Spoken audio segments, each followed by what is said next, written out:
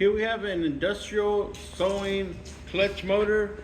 We got it hooked up to 230 volts, three-phase power. And we're gonna turn it on here and show you that it works.